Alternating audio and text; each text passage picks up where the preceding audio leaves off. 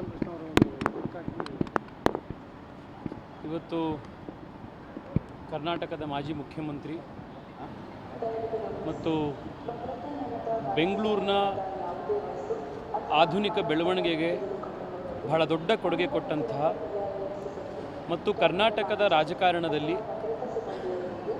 ಘನತೆಗೆ, ಸಜ್ಜನಿಕೆಗೆ, ತಮ್ಮ ಗಾಂಭೀರ್ಯದ ನಡವಳಿಕೆಗೆ ಹೆಸರಾಗಿದ್ದಂಥ S M Krishna ಅವರು ನಮ್ಮನ್ನು ಅಗಲಿದ್ದಾರೆ.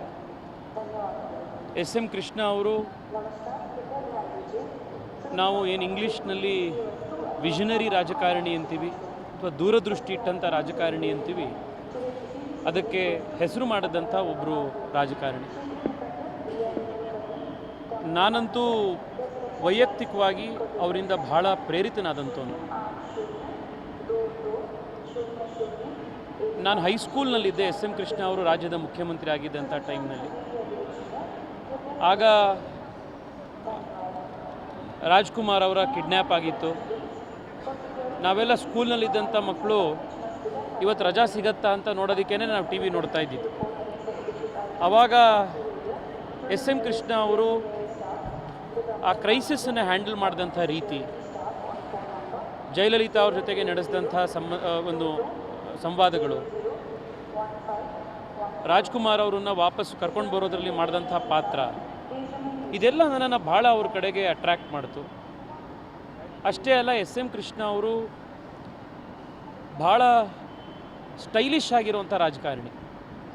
ನನಗೆ ಅವರು ಹಾಕ್ತಾ ಇದ್ದಂಥ ಬಟ್ಟೆ, ಅವರು ಸಾರ್ವಜನಿಕ ಜೀವನದಲ್ಲಿ ಒಂದೇ ಒಂದು ದಿನವೂ ಕೂಡ ಶೊಬ್ಚಾಗಿ ಗಲೀಜಾಗಿ ಕಂಡಿರೋದು ನಮಗೆ ಒಂದು ದಿವಸ ಒಂದು ಫೋಟೋ ಸಿಗೋದಿಲ್ಲ ನಿಮಗೆ.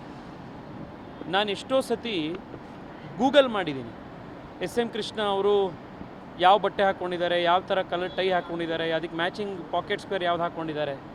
ಬಹುಶಃ ಕರ್ನಾಟಕ ಕಂಡಂಥ ಭಾಳ ಸ್ಟೈಲಿಶ್ ರಾಜಕಾರಣಿಗಳಲ್ಲಿ ಒಬ್ಬರು.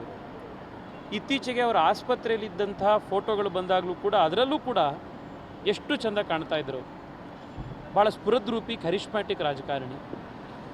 ಇವತ್ತು ಬೆಂಗಳೂರು ಒಂದು IT ಹಬ್ಬಾಗಿ ಬೆಳೆದಿದೆ ಅಂತಂದರೆ, ಕರ್ನಾಟಕದ ಮೂಲ ಮೂಲೆಯಿಂದ ಜನ ಇಲ್ಲಿಗೆ ಕನಸುಗಳನ್ನು ಕಟ್ಕೊಂಡು ತಮ್ಮ ಜೀವನ ಕಟ್ಕೊಳ್ಳಿಕ್ಕೆ ಇಲ್ಲಿಗೆ ಬರ್ತಾ ಇದ್ದಾರೆ ಅಂತಂದರೆ, ಇಡೀ ದೇಶದಲ್ಲಿ ಅತಿ ಹೆಚ್ಚು ಆದಾಯವನ್ನು ಗಳಿಸುವಂಥ ಜನ ಇರುವಂಥದ್ದು ಬೆಂಗಳೂರು ಅನ್ನುವಂಥ ಒಂದು ಕೀರ್ತಿ ಬೆಂಗಳೂರಿಗೆ ಬಂದಿದ್ದರೆ ಅದರಲ್ಲಿ ಎಸ್ ಎಂ ಕೃಷ್ಣ ಅವರ ಬಹಳ ದೊಡ್ಡ ಪಾತ್ರ ಇದೆ.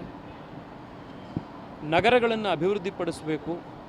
ನಗರಗಳನ್ನು ಅಭಿವೃದ್ಧಿಪಡಿಸೋದ್ರಿಂದನೇ ಒಂದು ರಾಜ್ಯ ಅಥವಾ ಒಂದು ದೇಶ ಶ್ರೀಮಂತವಾಗುತ್ತೆ, ಜನ ಶ್ರೀಮಂತರಾಗ್ತಾರೆ ಅನ್ನೋದನ್ನು ದೇಶಕ್ಕೆ ತೋರಿಸ್ಕೊಟ್ಟಂಥ ರಾಜಕಾರಣಿ ಎಸ್ ಎಂ ಕೃಷ್ಣ ಅವರು. ಇವತ್ತವರು ನಮ್ಮನ್ನು ಅಗಲಿದ್ದಾರೆ.